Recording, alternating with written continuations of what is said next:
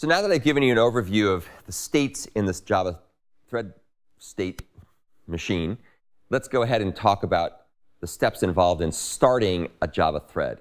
And so I'll briefly summarize the layers that are involved in starting a Java thread, as well as the steps involved in starting a Java thread. So as we'll see, starting a Java thread involves some interesting design and implementation issues. Keep in mind that one of the things that Java is trying to do is it's trying to provide you with a portable programming environment where you can, at least in theory, write once and run anywhere. Doesn't always work quite that way, but it works fairly close to that. So what that means is that when they designed these abstractions, they had to think carefully about how these abstractions would actually be mapped to the underlying operating system, APIs, and of course, ultimately the underlying hardware. And we'll see as we go through some of this stuff that there's some subtleties involved here, especially when it comes to stopping threads. Not so much for starting threads, but with stopping threads, it's kind of tricky. So as we talked about before, when you start a thread, that's what sets the wheels in motion. That's what goes ahead and creates the runtime stack and lets it ultimately begin to run. Not right away, but it'll get it running here in the not too distant future, depending on the load.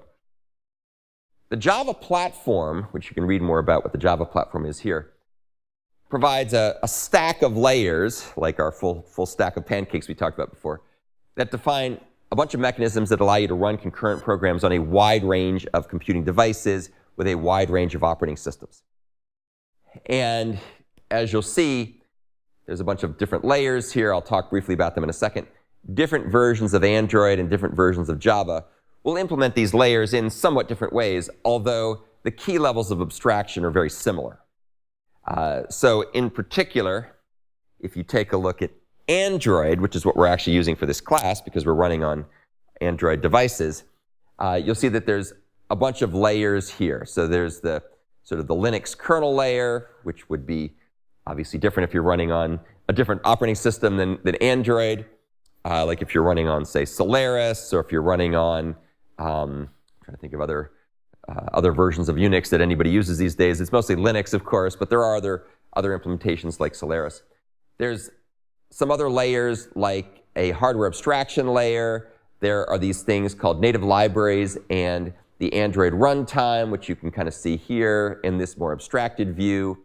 And a lot of the stuff that we're talking about here, as we'll see in a second, is in those layers, especially the Java class libraries for thread, for example. Then there's the Android framework or frameworks layer. This is a layer that uses the underlying capabilities we're talking about. And this would be things like, the window manager and the location manager and various things that do the telephone application and so on. And then finally up here, we have the actual apps. So this would be things like a web browser, some kind of FaceTime or some kind of Skype-like voice over IP, chat application, things like email, calendar, messaging, you name it, that's the apps that run on top of that. So that's kind of how the stack works in Android. From the point of view of threading, there's different layers involved in providing thread abstractions. So I just want you to get a good sense of those layers here, and then we'll talk about the details. So obviously, the underlying processing of a Java thread is implemented at the operating system kernel layer with something called kernel threads, which are actually what maps directly on top of the hardware processing elements, like multi-cores or the cores. And so that's very low level. That would be implemented typically in C with some assembly code to do context switching and register management and so on. There's then another layer, which is the POSIX threads API that's provided by the C library wrappers around the underlying operating system calls. So this would be things like the POSIX pthread API, which is something that's available in C for spawning threads and joining with threads and doing various things to threads, like changing their priorities and so on and so forth. So those are also part of operating systems like Android, and that's what's called the native libraries. So those are typically written in C or C++. In this case, libc is written in C, as the name implies, and that's what provides kind of the low-level C interfaces for creating threads. You, as a typical application developer in Java and Android, never get anywhere near that stuff. That's sort of native libraries, native APIs. Then there's another layer, which is the Java and Android runtime objects that manage threading. And you'll see that there's a couple of different layers here. There's a layer that's handled by the underlying Android runtime, like Dalvik, which was the kind of the interpreted virtual machine implementation, and then Art, which is the newer compiled execution environment. And those provide you with things that kind of work in the Android environment, running on top of the POSIX libc wrappers for pthreads, which of course itself encapsulates the underlying operating system kernel stuff. So you can see there's a bunch of layers involved. And then of course, finally, there's the Java thread class. So there's actually a class called thread, which is kind of the Java-esque wrapper around all this other stuff. So you think of like Russian dolls where they're nested, layer upon layer upon layer.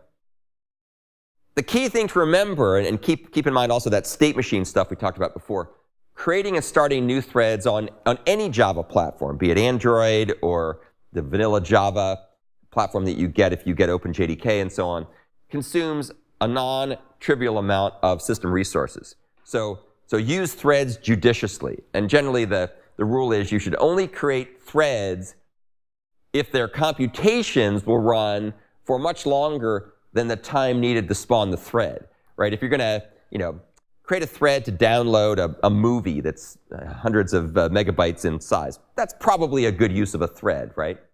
If you're going to spawn a thread to add, two small numbers together, that's ridiculous because the time taken to add the two numbers together is infinitesimally small relative to the time required to do all the things that go on and all the layers involved and so on and so forth. So think about this carefully. Obviously, it's also useful to amortize thread creation costs by spawning pools of threads, as we've talked about with the executor service, and then not have to pay the cost of spawning them over and over again. So now that you kind of get a sense of the layers, let's talk about some of the steps involved in starting a Java thread. So when you start a Java thread on the Android open source platform, which you can get the source code here, there's a bunch of steps involved. Anybody know what these steps are, by the way? Very famous movie called the Battleship Potemkin.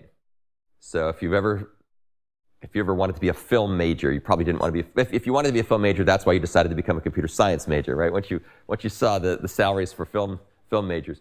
There's a famous movie called the Battleship Potemkin that was filmed, I think, in the 19-teens time frame or 1920s time frame, and there's a famous scene in the movie that involves these steps. I think this is might be in St. Petersburg. So when you call start, so when you want to make a thread begin to run, you call start on it. Okay, so far so good. That's at the application level. The application calls the start method. Under the hood, that will turn around and call the Java start method, or that is the Java start method, really. So you call start on an object, that's calling the start method on the Java class, and if you want to take a look at Android, you can actually see the implementation of that at this link in the Android source code. That is now down in the Java execution environment layer. The start method will turn around and call the VM thread create method, which is a native method that comes out of the virtual machine of Android. So the Java thread start calls VM thread create, and then VM thread create ends up calling a Java native interface method called Dalvik _Java _thread _VM thread _create. So we're still in the execution environment, but we're calling yet another method. This is a method, of course, written in C. This method, this is Java code is calling this. This is Java code. This is C code, or maybe C++ code. This is probably C code, or could be C++ code, but it's interacted with C code. That then calls down into the Dalvik virtual machine and invokes a method called dvm create interp thread. So that's a method in the Dalvik virtual machine itself. So we've now kind of left the confines of the class libraries, and now we're in the VM layer of Android.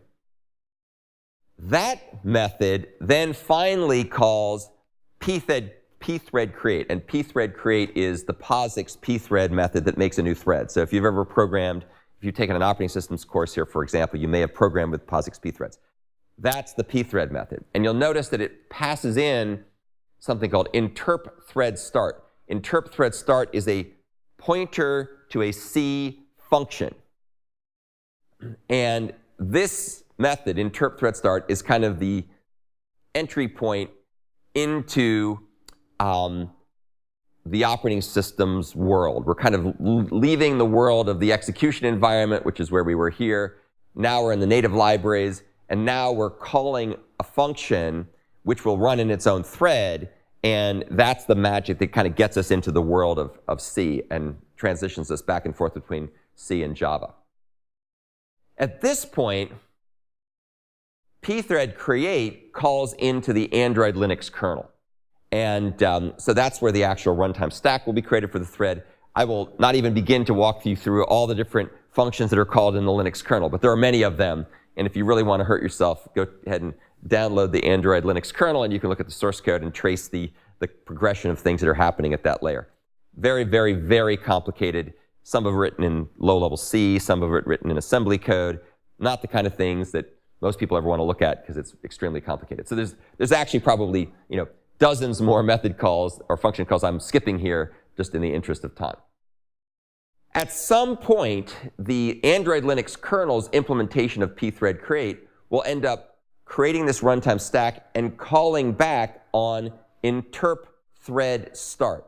And this is an adapter function that is written in C, but it takes a void star parameter. And that's what pthread create always takes. You always take a function that takes a void star. Well, what is that void star pointing to?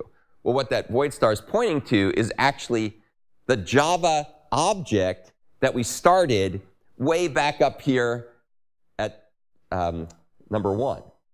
So this is going to go ahead and call back, and what it's doing is it's grabbing the thread object, which is really the object that called start in the first place, except now we're sort of deep in the bowels of the Java, of the Android virtual machine. And that goes ahead and gives this particular function, the interp thread start, will call back to Dalvik call method, so that's what's gone onto the runtime stack, and it's going to pass this thread object in as the parameter to that function. Whoops. And what that will finally do is it will go ahead and this dvm call method will ultimately end up calling the run hook method that's part of my thread. So if I have my thread, which is the thread object that I started way up here, I used when I first called start, that's going to end up calling the run hook method back on the my thread object. So I think you will agree with me that there are a lot of steps going on here, right? So what we're kind of doing here is showing very specifically in detail how thread creation is transitioning through the different layers in the stack, from the application level to the execution environment level, and there's several layers there, sub-layers, to the native libraries level, or layer, to the operating system kernel level, and then back up to call the run hook method on the thread object that we called start on in the first place.